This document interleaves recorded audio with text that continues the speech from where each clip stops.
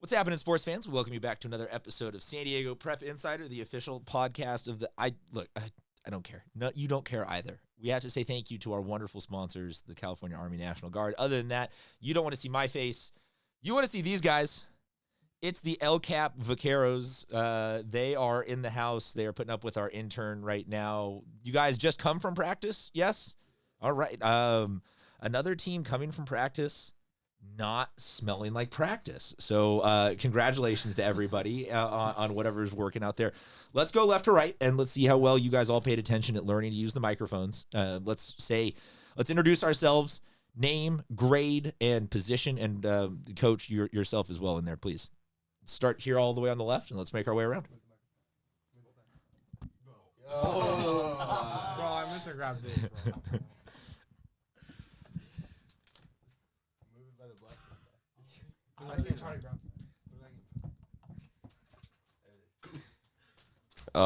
My name is Kevin Acuna.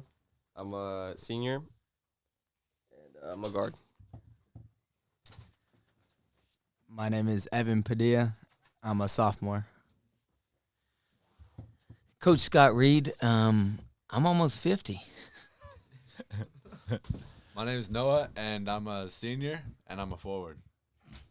Oh, Marshall Mayer, I'm a senior, and I'm a guard. For the record, Marshall Mayer is looking for any woman that would be willing to add him on Instagram. Are we looking for a homecoming day, or not homecoming at this point? Is it prom now? We're just look. Do you want to? Do we need to pump your Insta? Can you plug the? No. Okay. Chancellor Choppa, Jr., point guard. Michael Odell, senior, forward. Jalen Padilla, senior and center. Caden McMahon, freshman and guard.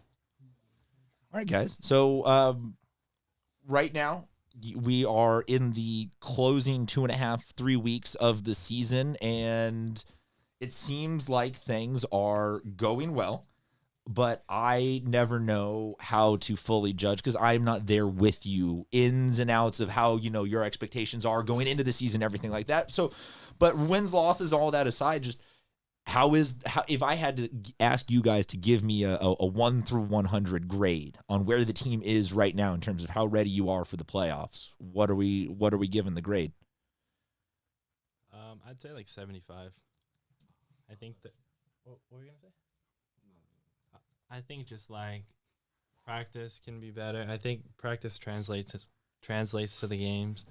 And, there's a lot of times during, even the beginning of the games, we catch ourselves just, kind of walking or not running through plays, and I think that's important in the playoffs because anything goes, and it's, one game elimination, and anything can happen. So, for you guys, 16-7 at the time of us recording this, you're in league.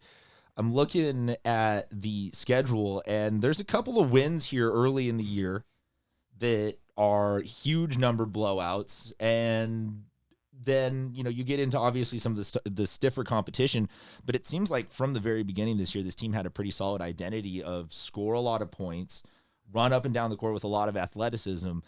Is there a different version of the game that you guys are hoping to play come playoffs, or do you feel like at least the team has kind of found, hey, this is our ideal format, we just got to learn how to capitalize on it? Yeah, like what he said, we started off the season hot, running fast, playing. But once we started playing these, better teams, we've learned to, slow the ball, and we're trying to work to control, run our offense, actually. So next game up, we got Santana. Then to close it out, we got West Hills, Mount Miguel, El Cajon Valley, Steel Canyon. Specifically, what are you guys focused on? You're going to want to give me the cliche of we take it one game at a time and whatnot. And you're welcome to do that. We don't judge for safe answers here. But what's left? What do you guys have? Hey, we hate West Hills as a rival. We got to get that game. We need this rival, or what is left on the check mark or on the checklist to get done this season? Well, I think that, you said the cliche, but you're at this point now. Right now, we're seeded 4th. So no game's bigger than any other game because every game counts with what we're going to be seeded at. If we can get up to the number 3 seed, we beat Claremont head-to-head. So that would jump us to the number 2 seed, and being able to play throughout the playoffs, at home, would be a huge help to us. So far this year, we're 9-1 at home. Our fans are starting to get excited about our basketball team and showing up, and I think that makes a huge difference. You guys like playing at home, huh? Yeah. Why do we like playing at home so much better than the road? The barnyard. Our fans turn up.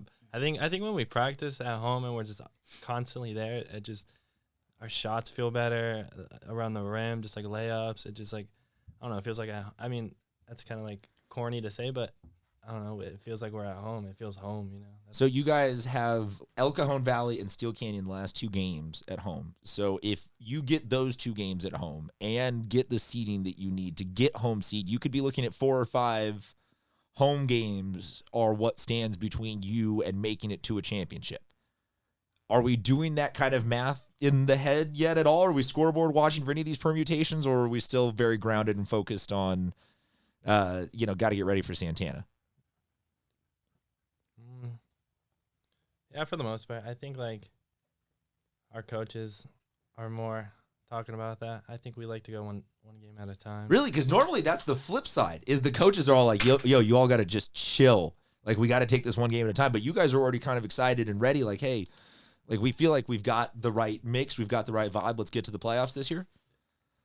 What has changed that this year? I would assume that it has something to do with the legendary swagger of wearing 2 chains and some basketball PJs. But it seems like this year you guys have all clicked in a certain way. So what changed? What happened? What was this offseason, or what was early? Like, what is the genesis of this team?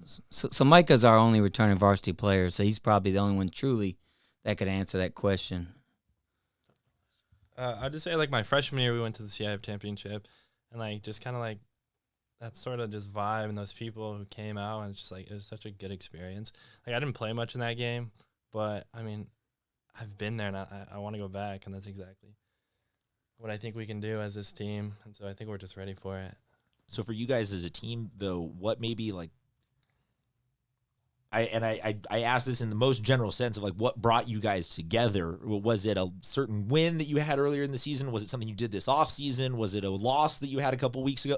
Was there one thing that you feel like as a team, hey, like, that's the point where we realized, hey, we all are gelling? Because it seems like you guys got a couple of different pieces. You got some new pieces. Coach, I know you want to talk about how the reservation is getting more involved in athletics than ever before, but it just seems in general like you guys aren't necessarily coming in here right now and saying, oh, XYZ, like, we've all been playing travel ball together since we were 6, and, like, this is just time. Like, it seems like this is a bunch of new pieces fitting together really quick. So what's the secret sauce this year that's making it all happen?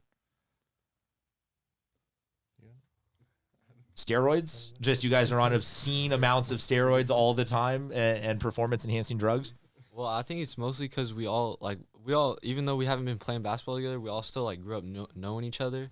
And even if we didn't, like, everyone knew we welcomed them with open arms, and, like, we got to know each other quick if we didn't know each other already. What's this? I see an eagle. Are you an Eagles fan, or is eagle just your spirit animal, or what's the story behind the chain? Yeah. It's just legendary? My dad just bought me it. I wear it. Yeah. Okay. For me, we started in April, and we went every day from April through the summer. The summer was really tough. We were 8-23 this summer. A lot of frustration. Micah was our only returning varsity player. I was running point guard. It was challenging when we first started. I think when things changed truly for me was the day that Chance, Jalen, and Brant showed up. I think it made practice a lot more competitive. And I honestly think those 3 brought a different identity, coming from football. So I was going to say, you're saying the same cliche that every other basketball coach is saying, is that my life got better the day that football season ended. Hallelujah for them taking an L at the end of the year. And that's you left, but there are some football coaches that really do suffer with the success of the football team. But all right, so we got some of the athletes out. For you guys, in terms of the rivalries, I'm always curious. Schools have rivalries where it's school versus school. Like, we kind of know this, that, and the other. But program-wise, is there a specific rival for you guys right now this season? Is there one of these left? It's West Hills? No, this Friday, Santana. Santana? Yep. That's the big one between you guys? Yep. I'd say West Hills at home too, though. But I mean, Santana Friday night. Those are the funnest games to play. So you got Santana on a Friday at home already this year. Now you're going to get him on the road. What's more enjoyable, a home or a road win? Ooh, road. Yeah? Yeah, road. What is it the silencing of their crowd? Like, what makes a road win more fun than a home win?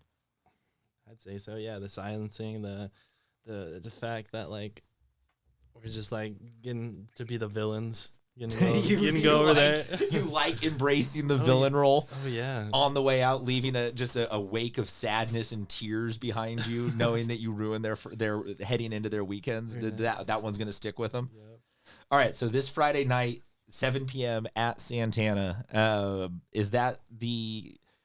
That's the game that you guys feel like, that's one of your only last 2 away games. So maybe one of the only 2 real hurdles left to clear in terms of the regular season. And then it's on to smoother sailing for the last couple of games. I don't think so. No? I mean, at home. Yeah, I mean, at home we have home court advantage, but I mean, still Canyon West Hills are pretty good. But I think if we lock in, anything can happen. Coach, you wanted to talk about getting the reservation more involved. I know I've seen you tweet a little bit about it. Just tell the people what happened in terms of how you got some of these kids involved if you can, because legally, if you did kidnap these kids and are forcing them at gunpoint to play basketball for you, you're welcome to not incriminate yourself also on this podcast. Jalen, please don't say what we did. I mean, just in the room right now, Big J is first year playing organized high school basketball. Chance, we were very, very blessed that he came back to LCAP. Marshall played JV last year. Evan's new in the program. From my understanding, we've never had more than 3 or 4 kids from Brona actually in the program. I think we have 9 now. And, I mean, there's good athletes there. And it's not that they weren't playing sports. I mean, Marshall's one of the worst golfers on the reservation, and I think Jalen's one of the best. But in intertribal sports, they play, for example, 2 months of flag football, 2 months of basketball, 2 months of baseball. Marshall hacks at golf. So they're changing sports constantly. And honestly, I think that's why our best basketball is ahead of us is because, I mean, like I said, we didn't know what Jalen was going to be this year. And he's averaging 10.5 points, 12 rebounds, and we had no idea. We created all kind of myths of what he was going to be, but we had no idea. And you were saying there was a freshman, too, who just touched backboard for the first time, and you got a couple of other younger pieces. Yeah. Do you want to defend your golfing skills? I feel like you're just catching a bunch of strays here in terms of... He's wearing a shirt, legendary. Can you speak on y'all's last battle at... No comment. that one-sided? I'm respectful. Bro, no, you're not, bro. They gonna fight after this, don't worry. Do you plan on playing golf for LCAP in the spring? I don't really know yet. I have to go and I haven't played golf in 3 months, and all right, bro. But I mean, I'm gonna go out there with my dad and practice, and if it's looking good, then maybe I'll play. Game time decision. What's your handicap there, Marshall? I don't have one right now. I used to have one. It was 13.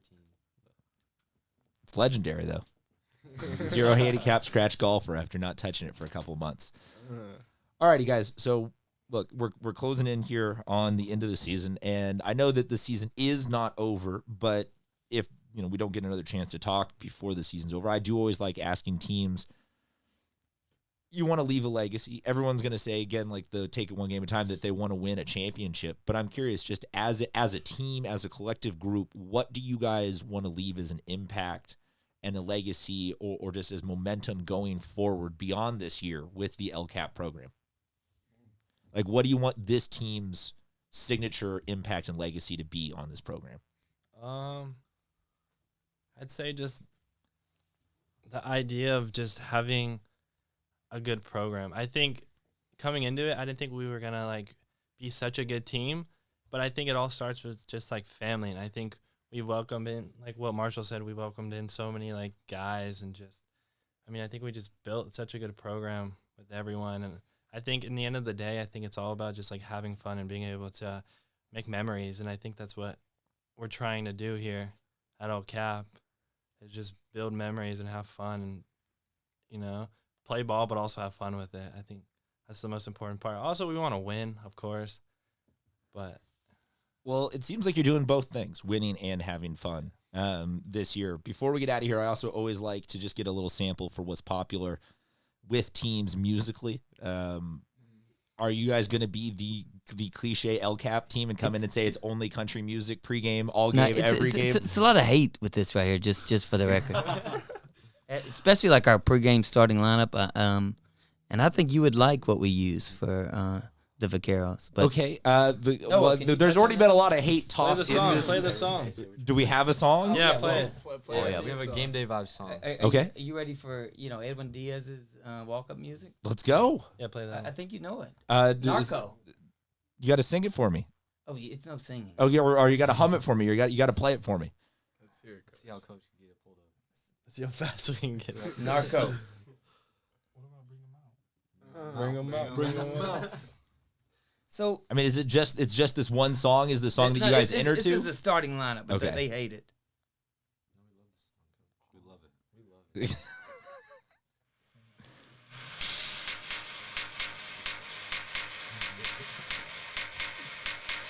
Starting at power forward. 6'6". If I had to ask, if you just had to use this, but for like everyday narration of your life, of like, now coming into class, the 5'3" Asian kid that we all cheat off of, or something like that. Marcus. Could we get a whole subset of just for a day, if make a TikTok of that song, but of you just really mundane introductions, just going through classes? Can we figure out a way to do that once basketball season is over? Here I Go is also our game day vibe song. Yeah, our game day vibes. And you've been getting hate on the game day vibes, or the game day vibes are Because Coach I'm from a started different it. generation. They don't enjoy like Dr. Dre, and they don't. I don't even know if they know who they I are. love Dr. Dre. I love Dr. Dre. We just need to get the playlist going. The Stir Fry was the number one song on the playlist that you guys have. So we gotta get a little bit more playoff vibes. It sounds like on the musical front, and I'm gonna guess that one of the couple of you will be in charge of that. Probably a team manager. Who's- we have team managers. Okay, that's nice. Yeah. Nasia, the chief Ana- of staff. Anasia, shout out Anasia, Maddie, Abel, Especially Maddie. Carlos can't get a Carlos gets a shout out. shout out. Faith Carter. Faith can have one. Abel, I said Abel. Okay, at this point now, I feel like I have to ask: is there anybody we're leaving out who's going to be upset now that they did not get Jason auditioned? Wilson said he Jake will wanted be very to. And Bryant. Brantley Stone. And Mandy. Don't forget about Man, Oh, and coach's sister, Lily. Yeah, big part of our team. He's our scorekeeper. Bro, y'all just dissing, bro. And Coach the Hill. Yeah. and Oh, Coach, yeah, and he's Coach sick Hill, right Coach now. And Coach DeAndre. And Chip. I feel like that's going to be the clip on IG. Is just you rattling off all the team managers. I like that. Shout out team managers. Shout out team managers. That's why we win. And, there you go. They're locked in. The secret women the legendary El Cap Vaqueros have come with this year is team managers and having fun. That is a recipe it sounds like more teams should try for all their success. Make sure you check them out this Friday as they wreck what I'm going to assume is one of the last home games for Santana this year. And then they got only a couple more. And then right around Valentine's Day, we get the playoffs started. So you know that you can go check them out at home throughout all the playoffs. Thank you guys so much for coming in. Best of luck the rest of this season, and we'll talk to you guys next episode.